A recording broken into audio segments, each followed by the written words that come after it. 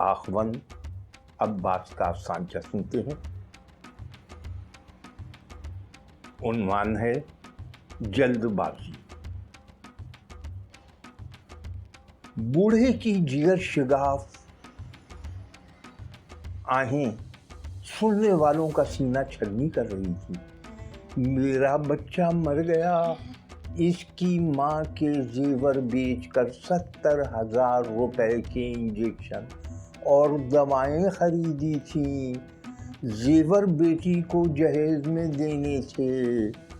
बेटी बोली, नहीं बाबा, मेरी तो शादी फिर भी हो जाएगी, भाई का इलाज ज़्यादा ज़रूरी है। ए मोटरसाइकिल वाले, क्या मिला तुझे 2 घड़ी की जल्दबाजी से?